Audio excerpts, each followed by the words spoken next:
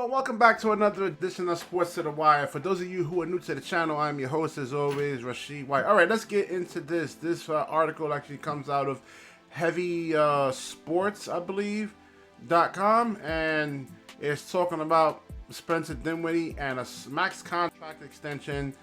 I, they're talking about maybe like 4 years, $128 million. But I think Bobby Marks over here, and I definitely concur with this, that I would not do an extension with Spencer Dinwiddie unless I'm getting him at 13 to 15 million number here, instead of ESPN front office inside of Bobby Marks, and I definitely do agree with that. I believe that's the max. I'm gonna get into why he's actually worth that for the people who actually believes in Spencer Dinwiddie. I don't argue that we would have actually went further in the playoffs if he hadn't lost us so many regular season games. There hasn't been a lot of off-season development. I'm gonna start really kind of getting into this more about these guys' development in the off-season. How seriously do you actually really love the game of basketball?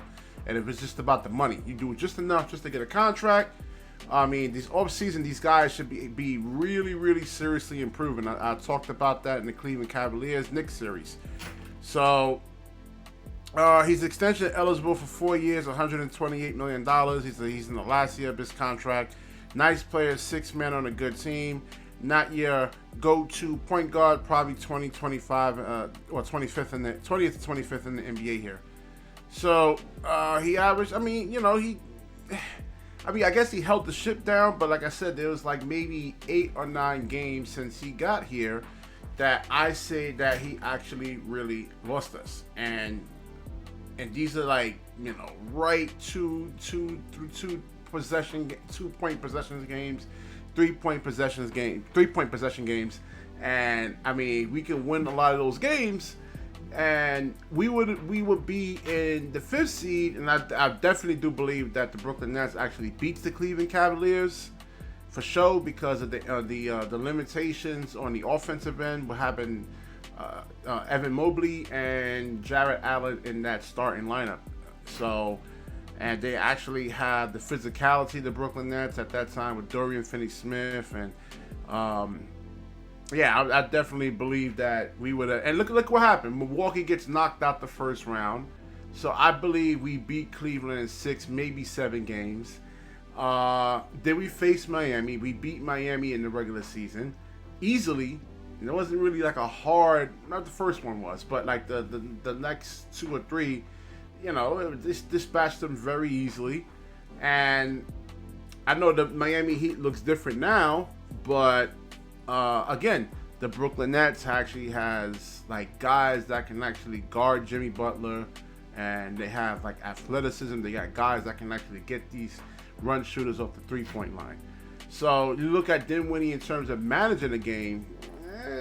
Like I said, for every good game that Dinwiddie actually has, he has 3 bad ones. 3 bad ones.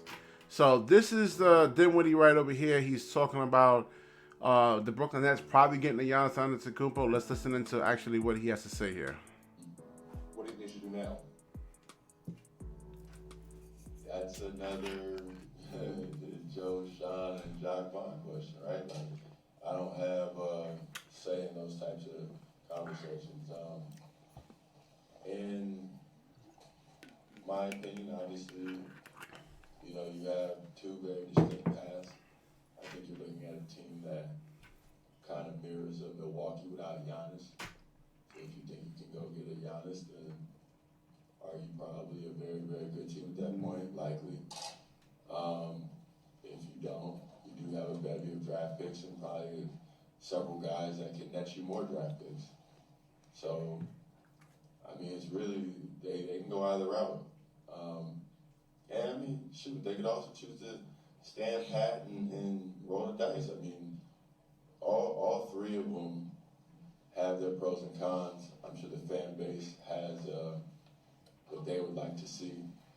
Very typically probably one of the extremes, obviously, because you either want to be really exciting and young with a bunch of win by honors, or you want to get Giannis and try to win a title. I mean, it's all there for you. I think that's why I said they've done a phenomenal job of giving themselves the possibility of even doing that. You know what I'm saying? There's not many teams that could, or many organizations I think have ever blown up a superstar-studded group that possibly was in championship contention in 1 year and have the possibility of championship contention again the very next season. Their off-season decisions. All right, so you heard what Spencer Dinwiddie actually has to say about the Nets off-season moves that they actually could possibly make. Is actually standing pat, running back. I think you'll have a healthy Ben Simmons. He was a plus 40 in the 40-something games that he actually plays. So the numbers don't actually lie. If he's truly healthy, I mean, this team will actually be a plus 10, like a plus 10, 11, 12 wins, because the ball actually moves. There's no holding on to the basketball and none of this nonsense. I mean, if somebody's wide open, Ben gives them the ball. You know, where Dinwiddie actually sometimes holds the basketball. So, I mean, you know, guys actually get into better rhythm. I mean, he'll make other guys better. I don't know if you actually bring Joe Harris back. I mean, there's a lot of things that factors into play here. Another thing is that they can actually get a big man, you know, a big man that can actually rebound. So rebounding is actually really crucial. So, I mean, yeah, Dinwiddie at $128 million, man. I don't know, maybe with the Houston Rockets or something like that. The Utah Jazz, Houston would actually need a point guard. And let's see. So it says Spencer, I mean, yeah, damn, look at these numbers over here. Among 100 players that took 100 three-point attempts in February 9th to the end of the season, he ranked 96 in three-point field goal percentage, 28.9%. That's not going to get it done. Again, off-season development. Off-season development. I'm gonna keep constantly saying this. You take a 1 month vacation and then you're back in the gym taking 1,000 jump shots a day. 500 and 1,000 jump shots a day. You know, each year he should be getting better, and it's the same Spencer Dinwiddie that we actually seen when he was in his previous stint with the Brooklyn Nets over there. All right, so I'll wrap this video up. Let me know what you guys actually think. Should Spencer Dinwiddie get 4 years, $128 million? Is he actually worth that money? Stick around for the next video. We're gonna go into like the big men that the Brooklyn Nets should actually target, and especially like in the draft. That's gonna be like an in-depth, really good video right there.